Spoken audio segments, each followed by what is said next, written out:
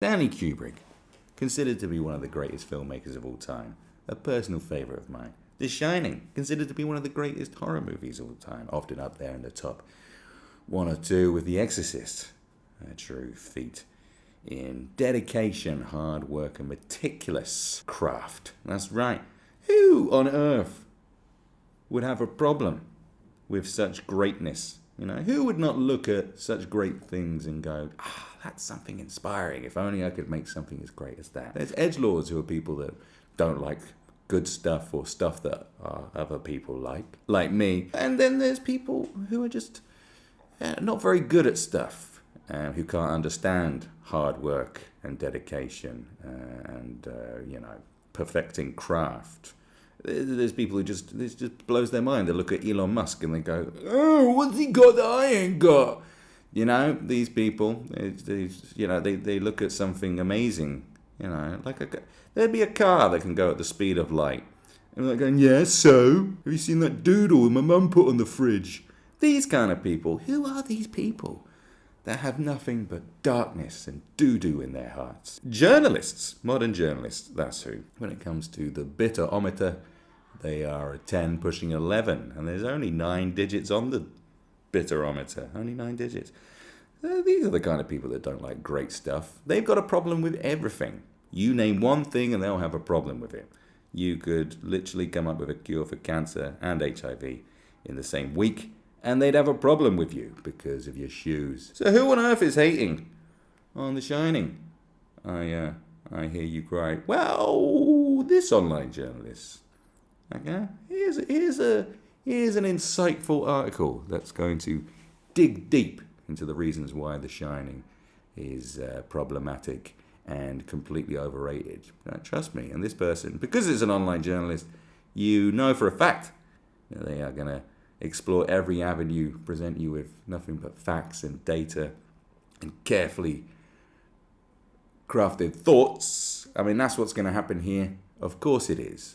You know, and don't forget, we must be wary of online journalists, of course, because they are all in cults.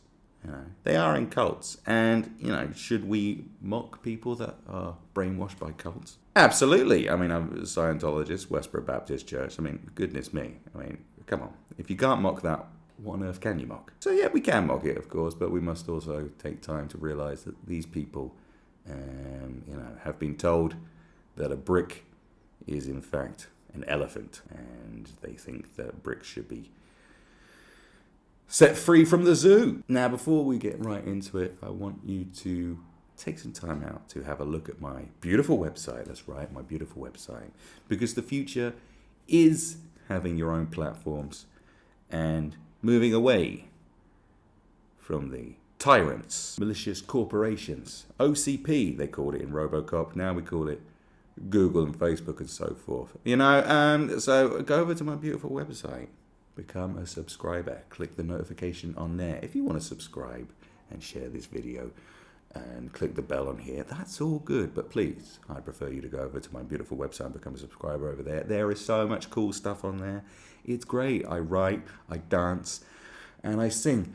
I don't dance or sing, but I do other stuff, Just have a look. It's great. I am more than a triple threat. I'm a quadruple threat because I can actually bend space and time with my mind. Right, let's get into it. Well, this insightful article is called Here's Everything That's Wrong with The Shining. Of course, by Ashna Yaqub. Ashna Yaqub, of course, a journalist who is known throughout the entire world for nothing. Ask any film bro what his favourite horror movie is, and he is bound to say The Shining. Film bro. Don't you just hate film bros, bro? I love The Shining. Shining's so fat, dude. Dude, you ever seen Lolita, dude? My God, it's so fat. I wish this really dope, fat movie, dude. It was called Citizen Kane, bro. Have you ever seen Citizen Kane, bro? My God. After countless months of being labelled as uncultured. Wow, could you imagine that? Being a journalist and being labelled uncultured. What a disgrace. She knows about falafels and teriyaki, uncultured. For refusing to indulge in this cult classic, I finally cracked under the pressure and decided to see if The Shining really warranted all of this praise. Does it warrant all this praise? I am Ashna Yaqub. Okay? I'll decide where the praise is at, alright? You know what I'm saying? After 3 long hours of my life that I unfortunately will never get back, I was unimpressed. It takes a lot to impress a journalist such as Ashna Yaqub. Ashna Yaqub once saw a squirrel bench press a monster truck. I was like, is that all you can do?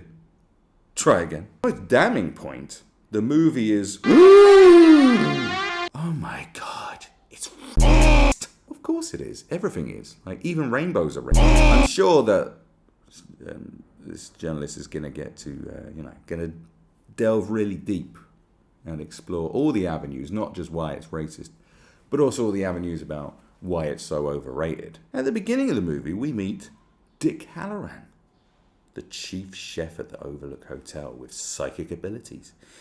He also happens to be the only black character in the movie. Oh. To be fair, there is only like 6 characters? Upon getting a mental cry for help from Danny Torrance, another character with psychic abilities, he hops on a plane from Florida to come to the rescue. Within seconds of arriving, one dares to hope that Danny and his mum, Wendy, might be safe, that they might escape with Halloran and live happily ever after. This isn't the... What movie did you... What film did you think you were watching? Huh? What is this? Driving Miss Daisy? But as he calls out to Danny and Wendy, Jack leaps out and immediately buries an axe into poor Halloran's heart. I think he puts the axe in his back. Where's your heart?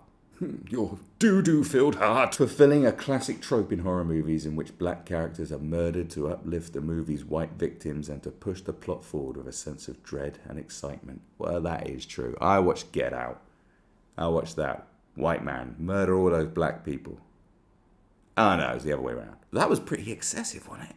Wasn't that excessive? One might be compelled to argue that in order for the movie to succeed, someone had to die, and as a result, Halloran's death is a mere coincidence, or that the Overlook Hotel... A coincidence? I just realized... A coincidence? There's no such thing as coincidences. Am I right?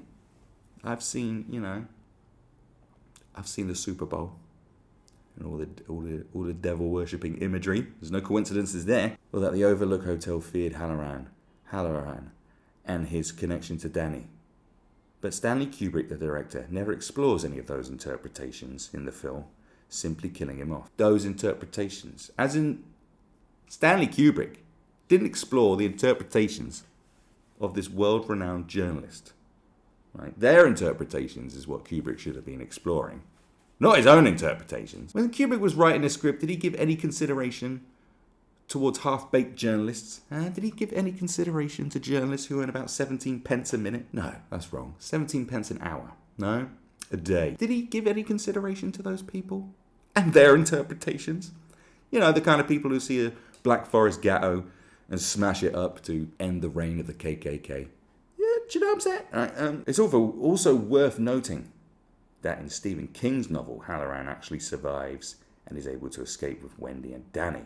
Well, it is quite well known that Stephen King wasn't a fan of The Shining. But as we've discovered later in his weird life, Stephen King isn't really a fan of anything. His heart is full of doo-doo too. And, does anyone care? I mean, that he dies, and the reason why he dies? Like, no one ever watched The Shining and went, oh, what about all these avenues of possible possibilities that weren't explored? No, because when something's really great, you just watch it and go, wow, that was great. And you don't really care about any inconsistencies or plot.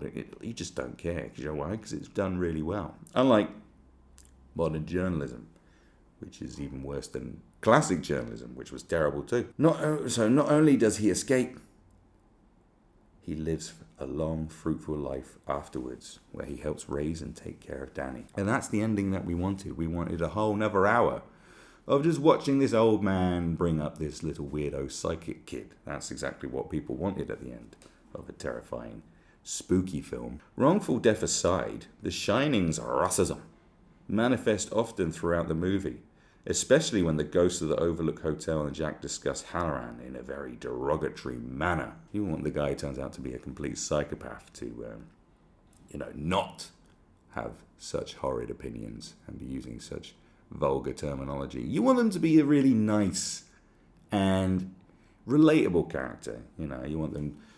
I don't know why they didn't have a charity drive halfway through as he's losing his mind when he's speaking to the ghost, and the ghost's like, "Sir, you do realize, sir, that child poverty is a major issue on planet Earth?" And really? Is it? Yes, we should do a charity drive and buy toys for all the poor orphan children. Yeah, that sounds great. That's exactly what needed to happen in this film. You see, this journalist knows exactly what is required to make a tense and suspenseful masterpiece.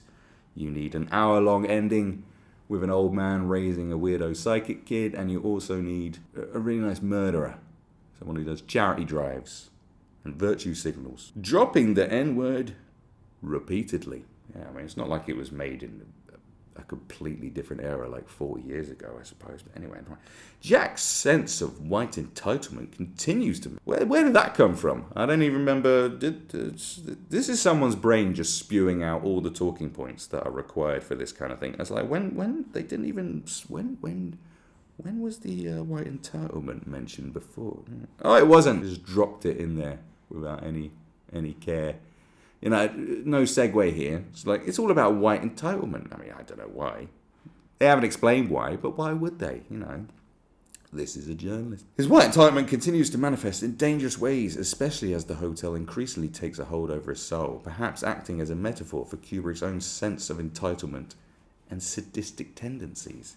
His own sense of entitlement. Speaking of sadistic tendencies, Kubrick's maltreatment of his actors during the movie shoot definitely qualifies as sadistic, and perhaps manifested in Shelley Duvall's performance. Her performance in the film was criticised by fans and critics alike.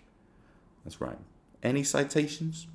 No. Even King told IndieWire that the movie's Wendy was one of the most misogynistic characters ever put on film. She's basically just there to scream and be stupid. That's right.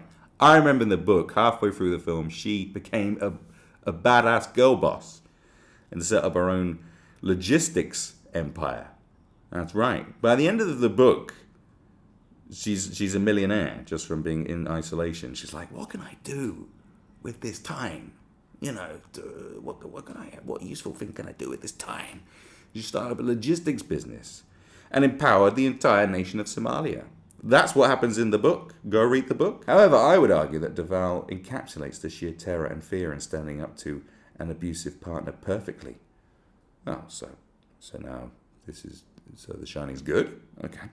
She exudes nervous energy, desperately trying to maintain her composure until she, quite literally, breaks down, perhaps reflective of what she had to endure during the movie shoot.